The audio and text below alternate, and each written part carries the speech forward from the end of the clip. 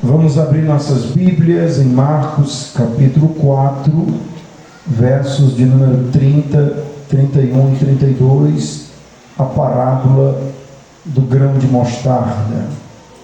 Diz assim o verso 30: E dizia: a que assemelharemos o reino de Deus?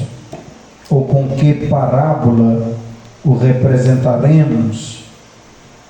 O reino de Deus, 31, é como um grão de mostarda que, quando se semeia na terra, é a menor de todas as sementes que há na terra, mas tendo sido semeada, cresce e faz-se a maior de todas as hortaliças, e cria grandes ramos, de tal maneira que as aves do céu podem aninhar-se debaixo da sua sombra.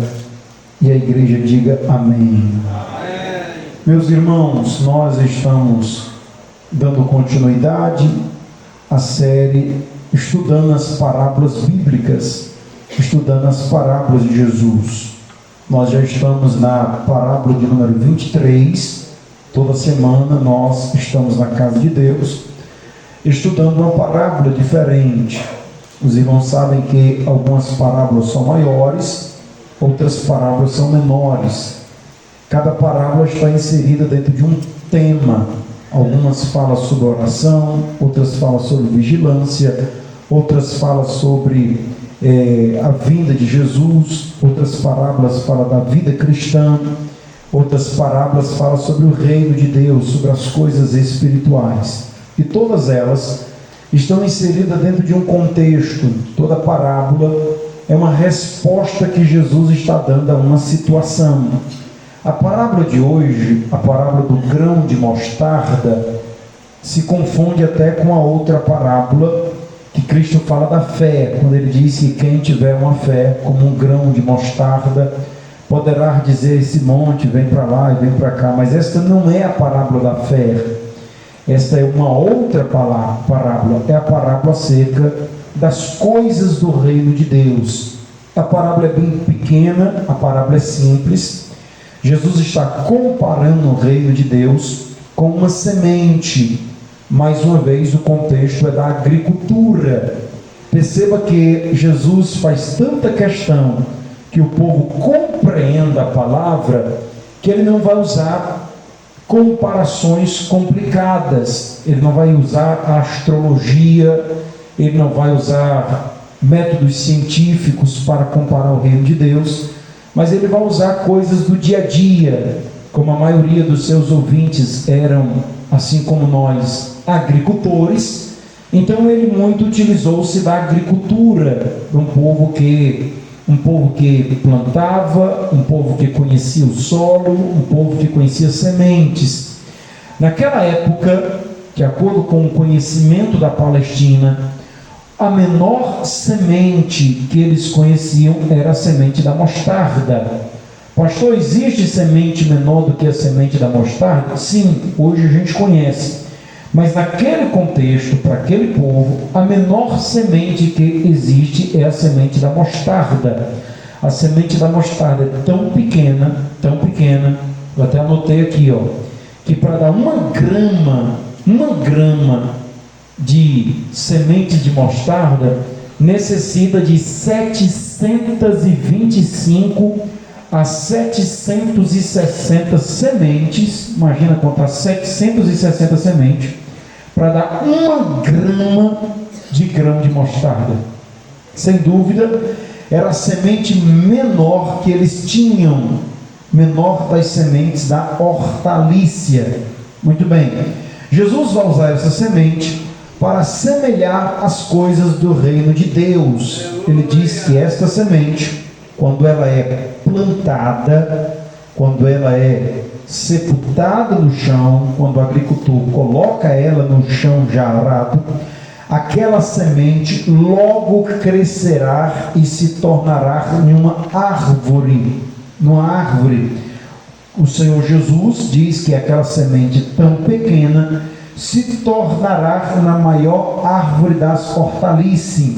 Um pé, uma planta de mostarda, pode chegar até no mínimo 3 metros ou 4,5 metros, de tão grande que ela fica. Olha só, a menor das sementes se torna na maior das hortaliças.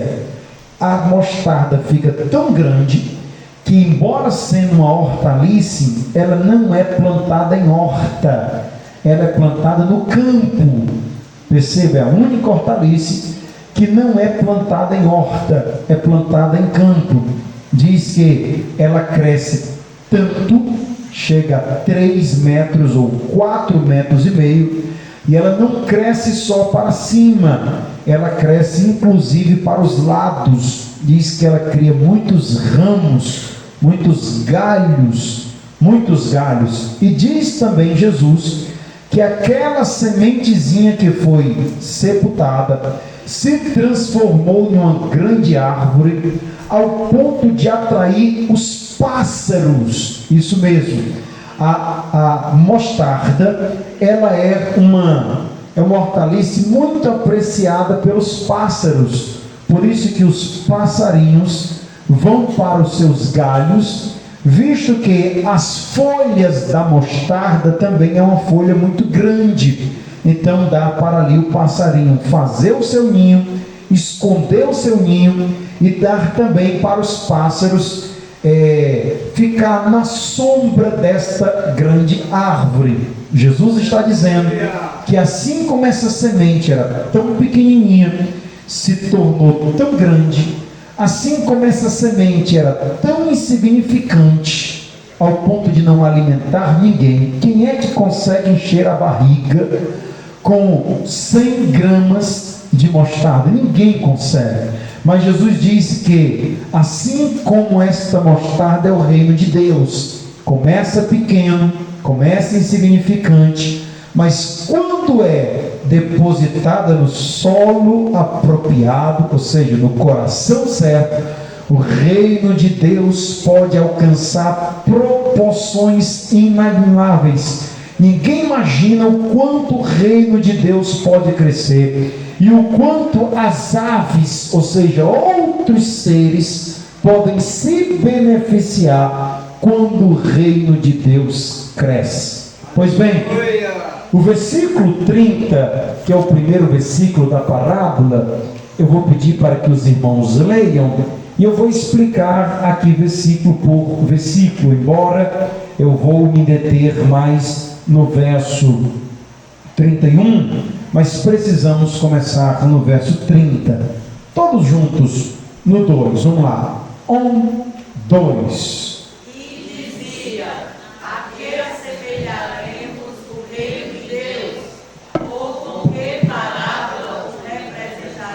Só enquanto eu tomo água, os irmãos agora vão ler com força, viu, irmãos? Poucos irmãos leram. Vamos lá. 1, 2. E diziam: a que assemelharemos o reino de Deus? Ou com que parábola o representaremos? Meus irmãos, deixa eu explicar por que Jesus está contando essa parábola. Jesus está contando essa parábola porque em meio aos seus discípulos, em meio aos seus seguidores, tem muita gente que está incrédula quanto ao que está acontecendo. É importante lembrar que Jesus está contando essa parábola no início do seu ministério. E os irmãos sabem como foi que começou o ministério de Jesus. O ministério de Jesus começa depois que ele vai no Rio Jordão, depois que ele é batizado, depois que ele passa pelo período de tentação. Ele começa comissionando discípulos. Ele escolhe 12 discípulos. E ele escolhe os discípulos ali na margem do mar da Galileia. Quando Cristo começa a ensinar, quando Cristo começa a explicar, Cristo se identifica como Messias, Que Messias? O enviado de Deus. É importante lembrar que o povo judeu esperava o Messias, esperava aquele que seria o descendente de Davi. Então a esperança messiânica do povo judeu trazia a esperança de que do trono de Davi viria alguém que seria o Messias. Muitos esperavam, presta atenção, muitos esperavam um Messias que viesse da corte, um Messias que viesse com um cetro na mão. Muitos se apegavam na profecia que diz que ele seria rei e que o seu reino seria a partir de Jerusalém. Então muitos esperavam um Messias glorioso, muitos esperavam um Jesus cheio de pompa, esperavam Jesus rico, afinado ao ouro. Muitos esperavam o Messias que viesse nos palácios, porque o profeta mais messiânico, que é o profeta Isaías, profetizou exatamente isso, um Cristo que teria o cetro de Davi na mão. Muitos esperavam um Jesus guerreiro, um Jesus que pegaria na espada e que libertaria o povo de Roma, visto que o povo pagava tributo para Roma. Então o povo estava esperando, primeiro, um Jesus que fosse rei, um príncipe, com coroa na cabeça. Segundo, o povo esperava um Messias que viesse com espada na mão, que levantasse um motim, que libertasse o povo de Israel, libertasse o povo de Israel de Roma e proclamasse a libertação daquela nação. Essa sensação messiânica de um Messias glamuroso aumentou mais ainda quando eles escutaram João Batista pregando. Por quê? Porque João Batista era um homem muito simples, irmão Neres. João Batista se alimentava de mel silvestre. João Batista se vestia de pelo de camelo. João Batista era um homem muito simples, que pregava acerca do reino de Deus que estava vindo. E quando João Batista pregava, as pessoas desdenhavam de João Batista. Como pode um profeta ser tão simples desse jeito? Então as pessoas desacreditaram de João Batista porque ele era muito simples. E aí João Batista disse assim: eu sou simples, eu sei, eu sou pequeno, eu sei que eu só batizo vocês em água, mas o que está vindo aí, está bem pertinho, ele virá, e ele virá com glória, ao ponto de eu não ser capaz nem mesmo de desatar o seu sapato, porque eu batizo com água, mas o que vem depois de mim vos batizará com fogo. Aleluia! Então a esperança do Messias que viria era uma esperança de um Messias muito glamouroso. A esperança do povo era saber como é que ele ia vir. Ele ia vir como rei? Ele ia vir como um guerreiro? Ou ele ia vir que nem um profeta Elias, que orava e o fogo caía do céu? Ou seja, a ideia do Messias que vinha é uma ideia glamourosa, era uma ideia de um Messias forte, potente. Alguns até ilustram, né? Um Jesus guerreiro sentado num cavalo com a sua armadura, com espada na mão. Era assim que eles esperavam o Messias. Mas de repente, quem aparece no cenário dizendo: eu sou Cristo, é alguém que vai totalmente na contramão desta expectativa. Jesus não é alguém que vem do palácio, pelo contrário, é um simples carpinteiro que morava ali na pequena cidade de Nazaré. Jesus, que se diz o Cristo, ele vem na contramão das expectativas humanas.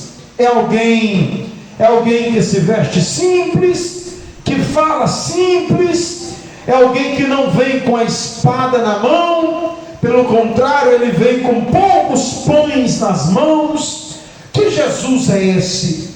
E algumas pessoas estão até em dúvida. Quem não lembra que João Batista diz para os seus discípulos: ei, vocês vão lá no Jesus e pergunte a ele se é ele mesmo quem nós deveríamos esperar, ou devemos esperar outro, porque a dúvida estava no coração das pessoas. Será que é esse aí mesmo que nós estávamos esperando? Cadê o seu clamor? Por que ele é uma pessoa tão pequena, tão carpinteiro, tão humilde? Quando ele vai entrar em Jerusalém, ele entra sentado num jumentinho. Quem é esse? Nós esperávamos alguém que nascesse na corte, mas Jesus nasceu numa manjedoura emprestada, vindo de uma viagem. Nós esperávamos que o Messias fosse filho de um rei, mas ele é filho de uma adolescentezinha da Palestina. O seu pai é um mero carpinteiro por nome José.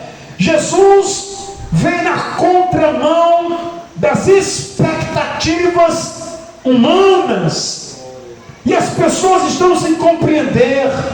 Eu já disse, João Batista manda os seus discípulos perguntar: é ele mesmo? Ou nós devemos esperar outro? Jesus precisa dar uma resposta para esses discípulos que abandonaram seus empregos.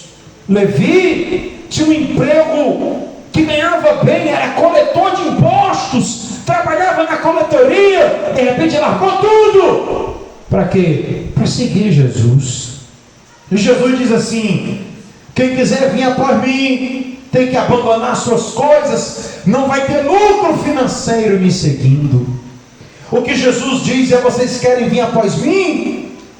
As raposas têm seus covis, os pássaros têm seus ninhos, mas eu não tenho nem onde reclinar a minha cabeça.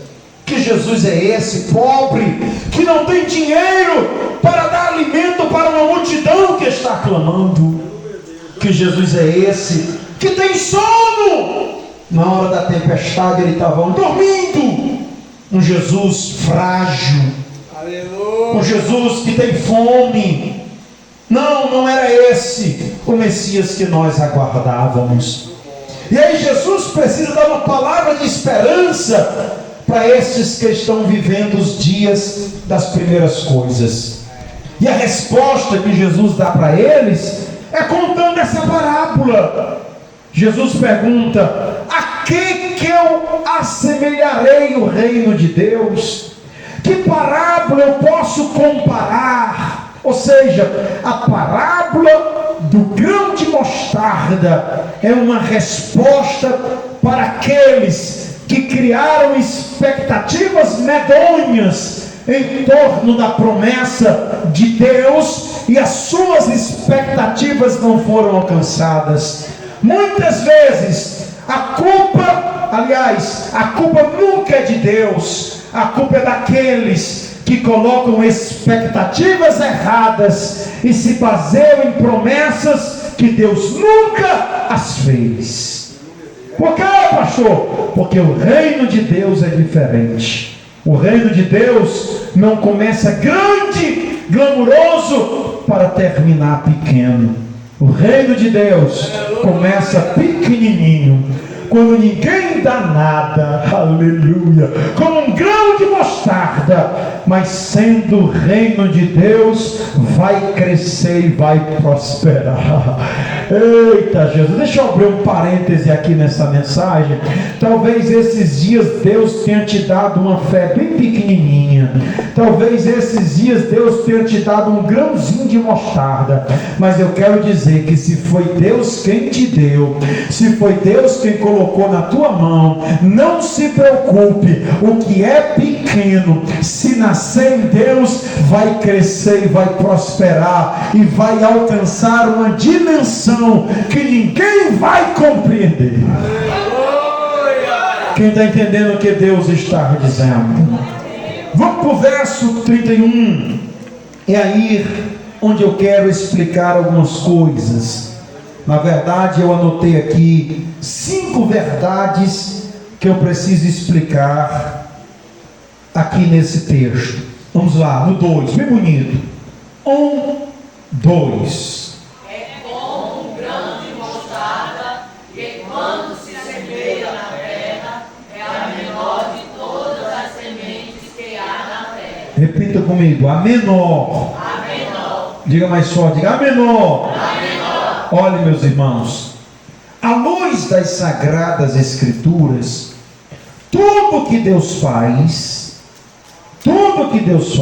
começa pequeno, começa insignificante, começa você olhando e não dando nada. A obra de Deus, ela começa pequena. Escute, a exemplo de quem? A exemplo do próprio Cristo. Cristo está se comparando àquele grão de mostarda. Cristo está dizendo, esse grão de mostarda aí sou eu. Daqui a pouco eu serei sepultado. Quando a gente sepulta uma semente, a gente não sepulta para matar a semente. A gente sepulta para que a semente ganhe nova vida e se transforme numa grande árvore. É isso que Jesus está dizendo.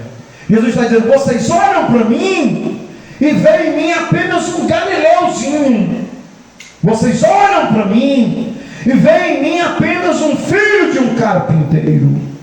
Em Jesus, ele começou a pregar desse jeito, pequeno. A Bíblia diz que, olhando nós para ele, nenhuma beleza havia para que os desejássemos. Era desprezado e o mais humilde entre os homens. Homens de dores, experimentado no trabalho. Aí Jesus, aquele homenzinho simples, de dores, que ninguém dava nada para ele, começou a ensinar palavras tão simples, parábolas que falava de sal, parábola que falava de semente, mas de repente as pessoas começaram a ser atraídas pelas suas palavras, e quando ele falava, o coração das pessoas ardiam, e de repente, aquele homem que era tão pequeno, agora os povos estão se maravilhando dele, dizendo assim, não, ele não é tão pequeno assim não, perceba que ele é diferente, ele não fala como os fariseus, ele fala como tendo autoridade. O próprio Cristo começa o seu ministério de forma insignificante, e quando ele repreende os demônios, as pessoas dizem, fala, até demônio ele expulsa. Quando ele multiplicava os pães, a semente estava crescendo, e as pessoas diziam, eita, até pães e peixe ele multiplica. Quem não lembra no mar da Galileia, aquela tempestade, e Jesus dormindo, quando acorda, ele levanta a mão, acalma o vento e o mar, e as pessoas dizem assim, mas que homem é esse? Que até o vento e o mar lhe obedece. Eu estou dizendo que Jesus começou pequeno, foi crescendo e foi vencendo. Venceu o mundo, venceu o pecado e por último venceu a morte. Jesus começou pequeno. Diga para quem está do seu lado assim, Jesus começou pequeno. Agora pergunte, é com doutrina, pergunte assim, por que você quer começar grande? Por que você já quer ser grande? Se Jesus começou pequeno. Jesus começou. Outra coisa, o cristianismo começou pequeno. O cristianismo era 12 discípulos só. Um se matou, o outro negou, o outro duvidou. Não vai dar em nada. Analfabetos, homens iletrados. Que é aqueles 12? É um punhadozinho de mostarda. É um pouquinho, mas de repente já tem 70. E no dia da ascensão de Jesus, eles já eram 120. Eles estavam reunidos todos no mesmo lugar. Era semente, irmãos, que estava dentro de uma cova. Aleluia. E de repente, olha, irmão, preste atenção como o cristianismo parece com as coisas da agricultura. Os 120 estavam reunidos todos no mesmo lugar, e de repente começou a chover. Choveu o que, pastor? Choveu o que João Batista havia profetizado. João não disse: eu batizo com água, mas o que vem aí vai batizar vocês com fogo. Os 120 foram cheios do Espírito Santo. Aleluia! Eram só 12, foi para 70, 120. Aí Pedro foi pregar, porque desprezaram. Isso aí é um bando de bêbado, bebendo uma hora dessa. Olha, irmãos, o profeta Zacarias profetizou dizendo: não desprezeis o dia das pequenas coisas. Começaram a desprezar, estão tudo bem esses galileus. Aí Pedro pega aqui a palavra e diz: por que vocês dizem que nós estamos bêbados? O que está acontecendo aqui é o cumprimento da profecia de Joel, que diz que nos últimos dias derramarei do meu espírito. De repente não era mais 12, não era mais 70, não era mais 120, era 3.000 almas. Pedro pregou de novo, foi para 5.000 almas. Nos primeiros 40 anos, depois da morte de Jesus, em 40 anos, o Evangelho estendeu as suas galhas para todos os continentes da terra. Foi assim em Cristo. Foi assim no cristianismo. Hoje o cristianismo é a maior religião do mundo. 2 bilhões de pessoas professam o nome bendito de Cristo Jesus. O que é isso? A semente morreu, a árvore cresceu. Quem pode dar glória a Deus? Em todos os cantos. Aqui no Brasil não foi diferente. Quando chegou aqui no Brasil, chegou 2 irmãos, Daniel Begre e Gunnar Vingre. Chegaram de carona, desceram no Pará. Quando chegaram na igreja batista para pregar, pregou sobre o batismo com o Espírito Santo.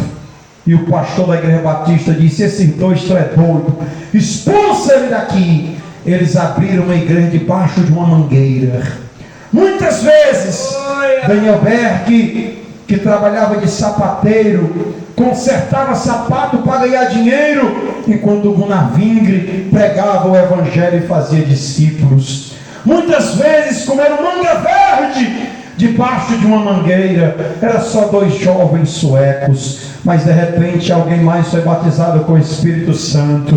De repente outro foi batizado com o Espírito Santo. A Assembleia de Deus cresceu no Pará, veio para o Ceará, foi para Recife, e hoje a Assembleia de Deus, nós, a igreja pentecostal, é a maior nação pentecostal do mundo.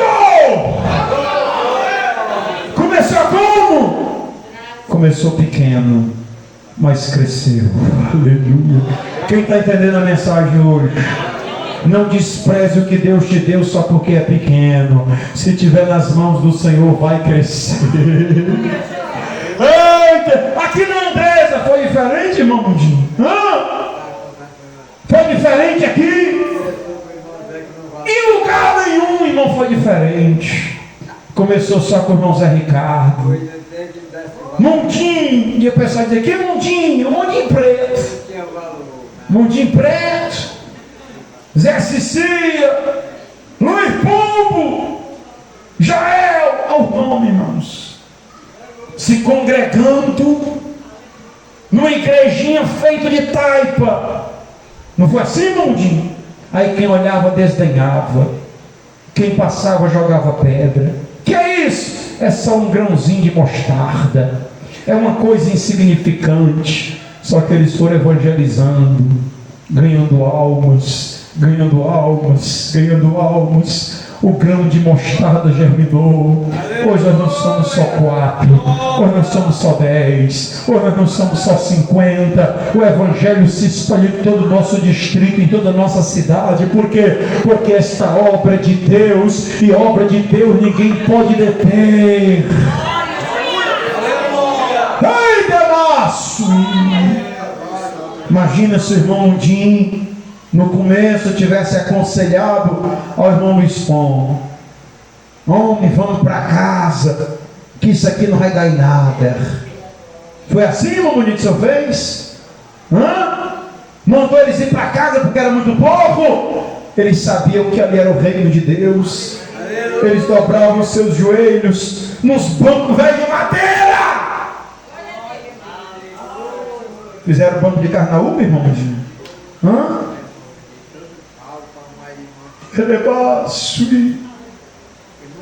Lamparinazinha acesa. Era o paviozinho da lamparina. E quem passava desdenhava. Mas a semente vai morrer, vai germinar. Hoje nós estamos no tempo. A casa mais bonita que tem na Andresa é a casa do Senhor nosso Deus. Não são mais bancos de madeira, agora é tudo acolchoado. Daqui a pouco vai ter ar-condicionado, forro, som, ventilador. O que é isso? É porque essa obra não é de homens, ela é de Deus. Foi assim com Cristo. Foi assim com o cristianismo. Foi assim no Brasil. Foi assim na Andresa.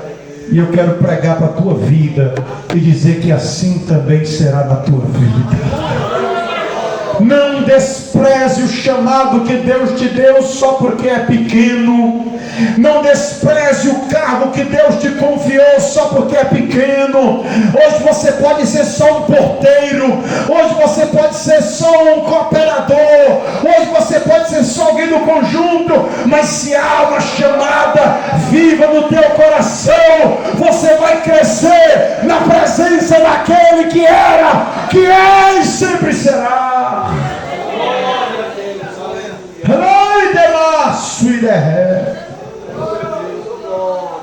Eu digo aos professores de escola dominical, eu digo às tias do departamento infantil, eu digo assim: não despreze essas crianças. Você pode estar dando aula para um pastor. Uma vez eu vi a tia Liduína. Tia Liduína foi minha professora de escola dominical quando eu tinha 5 anos. Acho que de 5 aos 8 anos foi a tia Liduína que me deu a escola dominical. Eu vi ela, dei um abraço nela, ela é bem gordona, sabe? Dei um abraço nela. Tia Liduína, ela disse: meu filho, nunca mais tinha me visto. Eu disse: tia Liduína, agora eu sou seminarista, vivo viajando pelas nações.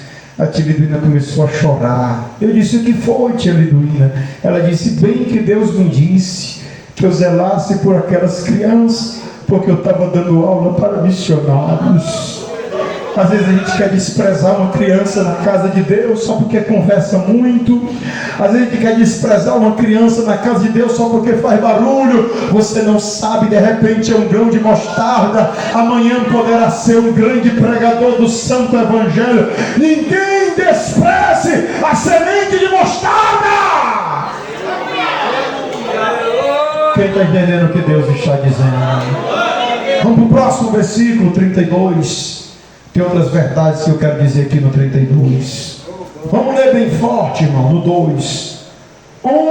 2. Mas tendo sido semeado, cresce e faz-se a maior de todas as hortaliças, e cria grandes ramos, de tal maneira que as aves do céu podem aninhar-se debaixo da sua sombra. Repita comigo, diga assim: tendo semeado. Ficou muito fraco. Diga assim: tendo semeado. Que o segredo está em semear. O segredo está em semear. Eu dava aula de hermenêutica bíblica e um aluno me trouxe uma sementezinha de mostarda. Tu lembra, irmã Rose? Uma sementezinha de mostarda eu guardava. Ainda está lá em casa. Era para me ter trago hoje para mostrar para os irmãos, né? Ó, irmãos, eu acho. deseja ver. Eu vou trazer depois para mostrar aos irmãos, viu? Olha, irmão, o aluno me deu dentro de um saquinho uma sementezinha de mostarda. Diz: toma, professor, para quando o senhor dá aula, o senhor mostrar a sementezinha de mostarda. Deve estar aproximadamente uns 8 a 10 anos que ele me deu esses grãos de mostarda. Sério, irmãos? E a irmã Rose está dizendo que ainda está lá em casa. Irmã Rose, e a sementezinha nunca se transformou em árvore? Perceba a resposta que a irmã Rose deu. As sementes que me deram nunca se transformaram em árvores, porque nunca foram plantadas. Ainda deve estar no mesmo saco que o aluno me deu, um plásticozinho assim. Semente, olha para cá em nome de Jesus, semente que não é plantada, não germina, não se multiplica, chamada que não é exercida, não prospera. Não basta, não basta. Pastor, eu tenho uma chamada, e o que tu estás fazendo para exercer a tua chamada? O problema de muita gente: pastor, eu tenho uma chamada para o louvor, mas não quer cantar. Pastor, eu tenho uma chamada para ganhar alma, mas não quer evangelizar. Pastor, eu tenho uma chamada para ser um pregador, mas não quer ler a Bíblia. Pastor, eu tenho uma chamada para o ministério da oração, nunca aparece no ciclo de oração. O segredo não é a semente, o segredo é a terra em que você coloca a semente. O segredo não é o que Deus te disse, é o que é que tu vai fazer com o que Deus te disse.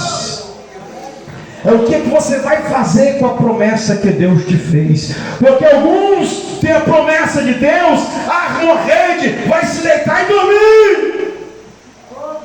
Eita Jesus. Foi assim, irmão, que vocês fizeram? Foi? Foi assim que o irmão Joel fez? Foi assim que o irmão Zé, ou eles foram evangelizar? Quando eu vim ser pastor nessa igreja, Deus me disse que ia fazer uma obra grande, mas eu não confiei só no que Deus prometeu, não.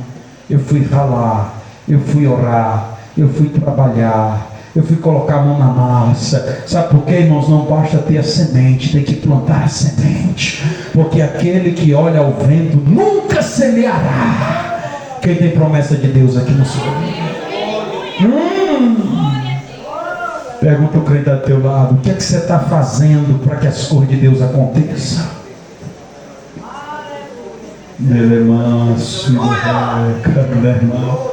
Ai, pastor, um dia eu vou ser um levita da casa de Deus. Morre de preguiça de estudar, viu? Ai, pastor, eu vou ser um pregador da palavra. Morre de preguiça de ler a Bíblia. A Bíblia para ele é um sonífero. Ele só lê a Bíblia para se agarrar no sono. Irmão, diga misericórdia. A obra de Deus, a semente tem que ser plantada. Quem está entendendo o que é que Deus está dizendo?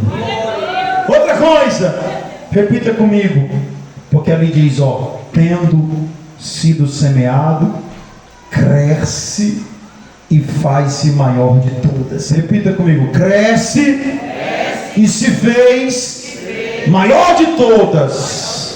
Eita glória. Diga assim: vai crescer. Diga: vai crescer. Bata no peito e diga assim: com a bênção de Deus, a promessa de Deus vai crescer na minha vida, vai crescer. Porque tudo que é de Deus cresce, mano. Tudo que é de Deus cresce. Tudo que é de Deus cresce. Tudo que é de Deus cresce. Tudo que é de Deus cresce. Tudo que é de Deus cresce. Tudo que é de Deus cresce. Tudo que é de Deus na tua vida vai crescer, vai crescer, vai crescer, vai crescer, vai crescer. Não se engane não. Se Deus está no negócio, vai crescer.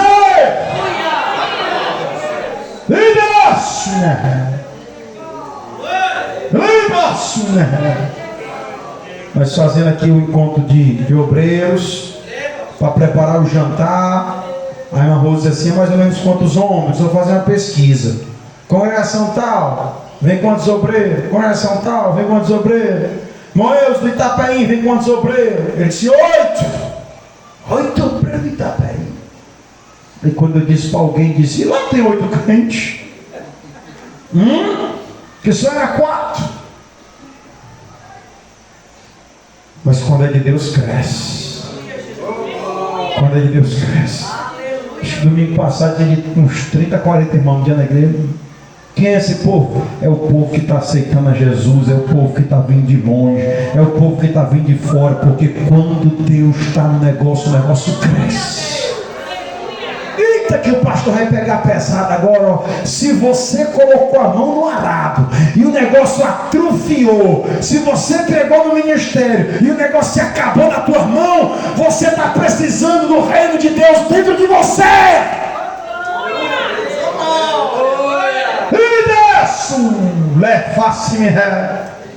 O pastor estava tão bom, foi só assumir, o negócio acabou. É porque você está precisando se encher mais do reino de Deus. Porque quando Deus está no negócio, o negócio só prospera, só cresce, só cresce, só cresce, só cresce. Eita, que eu estou sentindo graça de Deus.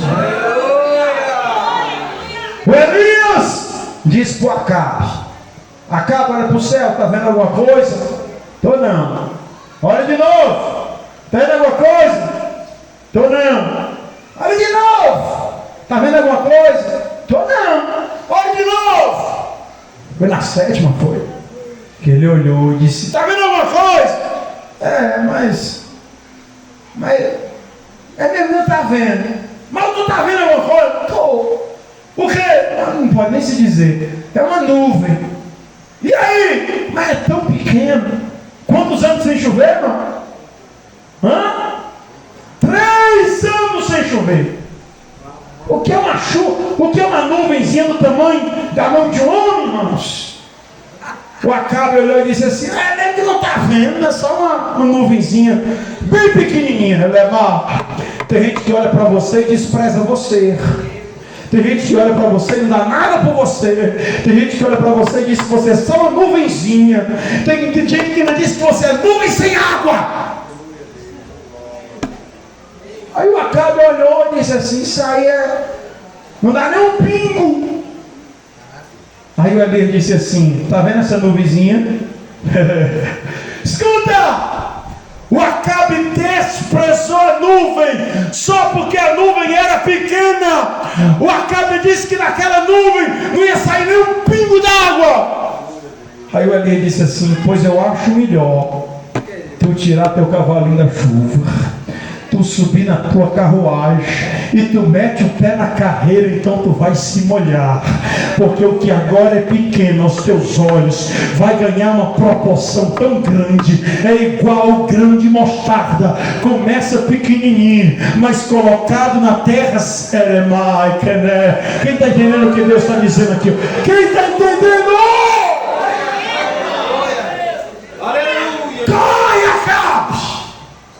Por quê? Porque a nuvem que não pingava, o obreiro que não pregava, o jovem que não falava, a irmã que não orava, o crente que não jejuava, vai começar a amar. Eita glória, eita glória, eita glória. Vai ter tempestade espiritual dentro da tua casa. Ninguém aqui, pesado o que o pastor vai dizer, ninguém aqui deve desprezar ninguém porque é pequeno.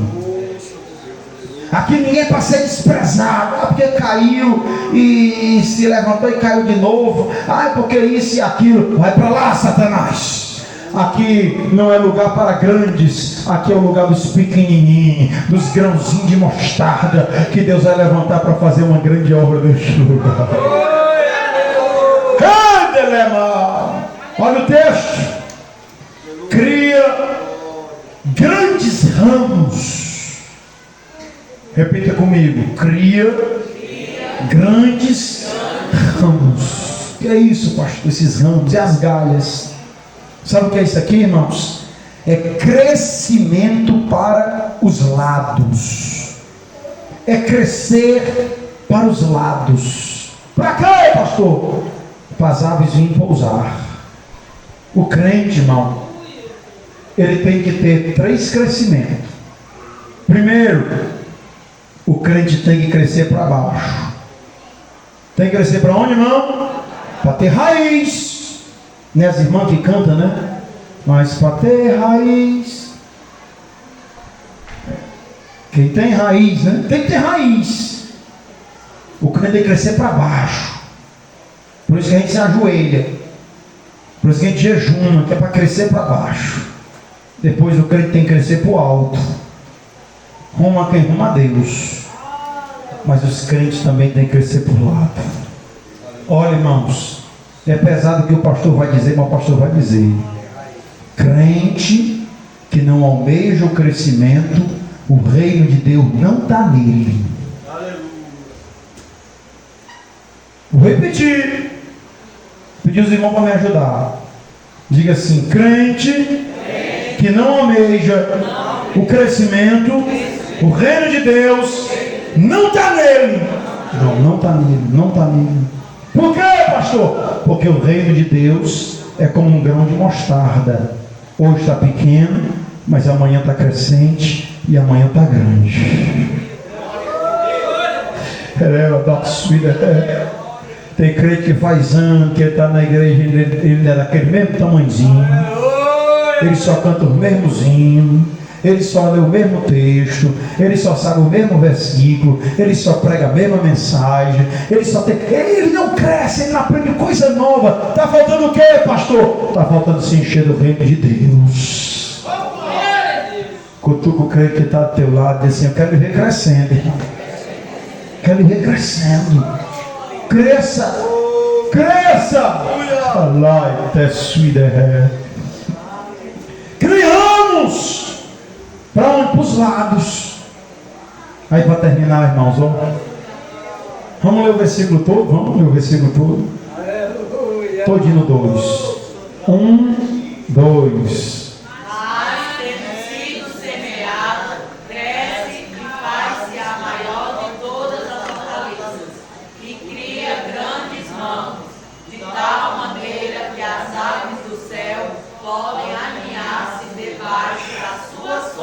Oh, glória a Deus. Preste atenção, a parábola termina aqui.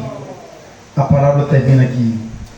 Pastor, a mostarda que foi sepultada, que foi semeada, cresceu, tornou-se uma grande árvore. Para quê? Para qual propósito esta árvore cresceu? Primeiro, o crescimento nunca foi para si próprio. O crescimento nunca é para atender a nós mesmos. Deus, olha, irmão, isso aqui é profundo, viu? Deus, quando gera crescimento em nós, não cresce, não nos faz crescer olhando para nós mesmos. Deus, quando gera crescimento em nós, Ele gera crescimento visando os outros. No dia em que Deus fez a mostarda germinar e transformar-se numa grande árvore, é porque havia muitos pássaros. Quem entende que Deus é quem cuida dos pássaros? Vocês estão lembrando que Jesus disse? Jesus disse: sou eu que cuido dos pássaros, ao ponto de que nem Salomão se vestiu. É Deus que cuida dos pássaros. Então, quando Deus deu crescimento à árvore, é porque Deus queria assistir os pássaros. Deus queria dar comida para os pássaros. Deus queria dar sombra para os pássaros. Já pensou, irmãos, se não fosse aquele grão de mostarda, aonde estaria aqueles pássaros? Onde ele se alimentaria? Sabe para que Deus nos faz crescer? Deus nos faz crescer porque Ele quer abençoar outras vidas a partir do nosso crescimento. Deus não nos faz crescer só para encher o nosso ego. Deus não nos encherá de conhecimento só para o nosso bel prazer. Deus me deu o conhecimento das Escrituras. Sim ou não, irmão? Pastor de vocês conhece ou não das Escrituras? Estudei nos melhores seminários da América Latina. as letras sagradas, o grego, o hebraico. Estudei hermenêutica, exegese. Para quê, pastor? Para quê? Para colocar mel de doutor no dedo? Não!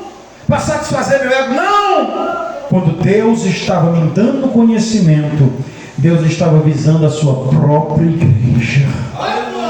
Deus estava visando os outros, Deus estava visando as pessoas. Ei, irmã, você que canta, Deus te deu esse dom do louvor, porque Ele sabe que tem muitas pessoas com o coração contrito, que precisam ouvir a voz através de um louvor. Ei, irmão que prega, Deus te deu esse dom, porque Ele está vendo as pessoas que estão caídas, precisando ser edificadas. Deus não nos dá os seus dons por causa de nós mesmos. Quando Deus mandou o irmão Eudes e o irmão Neres lá para o Itapeim, não foi para vocês acharem que agora tem um carrozinho, oh, coisa boa, não. Deus não estava olhando para vocês, Deus estava olhando para o Itapeim. Quando Deus me mandou para cá, eu, a Rosa, as crianças, a Vânia, quando Deus mandou minha família para cá, Deus não estava olhando para mim. Deus não estava olhando para mim. Deus estava olhando para a igreja de Andresa. Não foi por causa de mim que eu estou aqui, é por causa de vocês.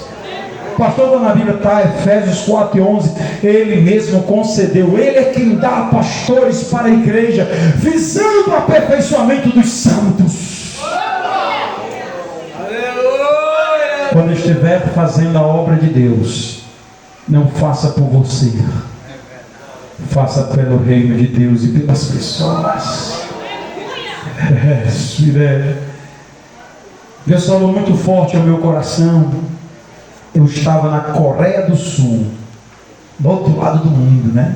Passei pelo Japão, tal, cheguei na Coreia do Sul para participar de um seminário, irmãos, para líderes de missões, para líderes de missões. Terminou o seminário, teve um city tour, conheci a cidade, os metrô, coisa mais linda, na capital de Seul, indo para a igreja de Dotan, a igreja, a maior Assembleia de Deus do mundo, e eu naquelas estradas, um país de primeiro mundo, coisa tão linda. Eu me lembrei quando eu era menino, com 8 anos de idade, vendendo pastel nas ruas do Pacajus, chinelazinha havaiana de dedo, remendada com prego, calção rasgado, blusa manchada, chapeuzinho na cabeça, uma baciazinha de pastel, bacia azul, com um pãozinho de prato e os pastelzinhos. Olha o pastel, eu era um menino velho. Às vezes as pessoas compravam meu pastel e não queria pagar. Um outro estava bêbado, disse que ia virar minha bacia de pastel. Quantas chulipa eu levei naquelas ruas. E quem olhava e dizia, é só um menino velho, vendedor de pastel. Era só um menino velho, vendedor de pastel. Aí os anos se passam, irmãos. Eu estou na capital da Coreia do Sul. Todo bonito, trajado, com dinheiro no bolso, aprendendo sobre a missiologia, sobre as coisas. O que é isso? É o grãozinho de mostarda que cresce e se transforma numa grande árvore, e os pássaros vêm se aninhar. Para quê? Para se alimentar a partir da árvore. Hoje está aqui um grupo de irmãos vieram se alimentar. Quem veio se alimentar hoje? Quem veio se alimentar hoje? Alguns saíram de casa e disseram assim, eu vou para a igreja, porque o meu pastor tem um pão fresquinho no céu para minha alma.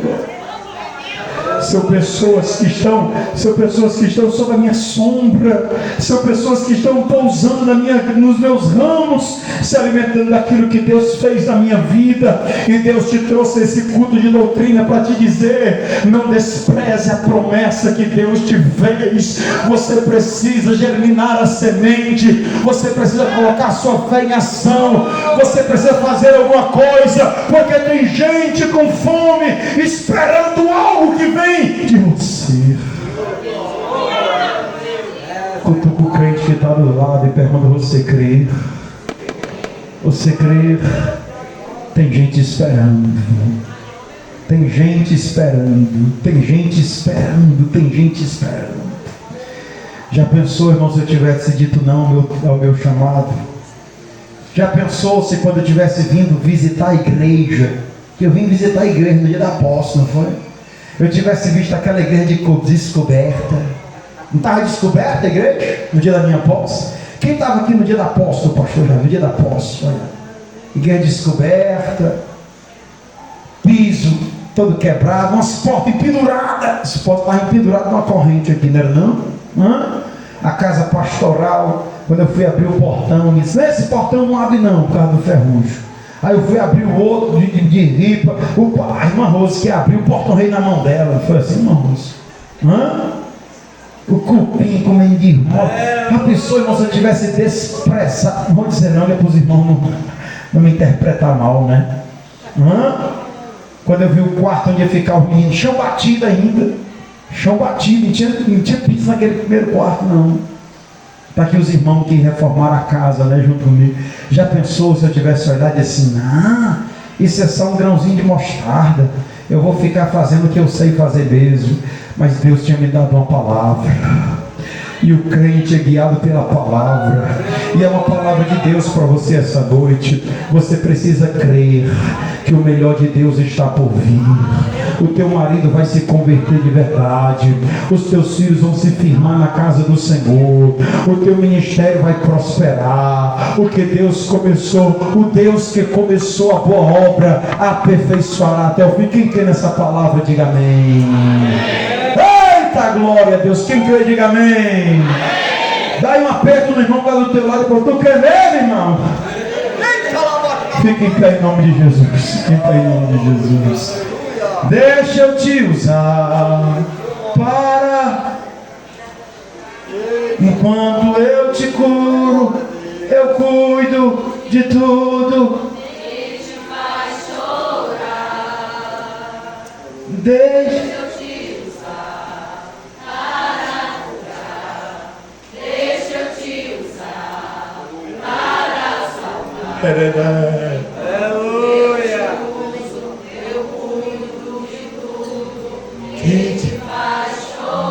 Vamos aplaudir a Jesus.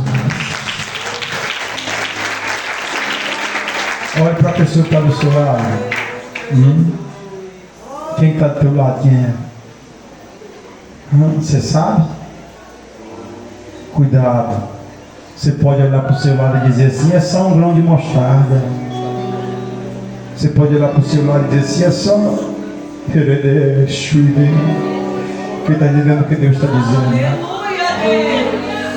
O Deus que nunca mentiu para mim, o Deus que eu creio desde a minha infância, Ele disse que levantaria missionários nesta igreja. O Deus que nunca mentiu para mim disse que levantaria pregadores no nosso meio. O Deus que não mente, o Deus que sempre fala a verdade, diz que levantaria um povo forte em nosso meio. Não despreze os dias das pequenas coisas. Hoje é só um grão de mostarda. Quem crê que Deus vai fazer coisa grande? Feche os seus olhos. Feche os seus olhos e vamos orar. Vou pedir irmão Mundinho para fazer essa oração. E se tem alguma coisa pequena dentro de você, vai começar a crescer. Salve, irmão, na paz do Senhor. Bendito e soberano Pai, graça te dou e ação de graça por essa palavra tão maravilhosa. Ó Deus querido, tu comparou, ó Deus, a ti mesmo e também a igreja como a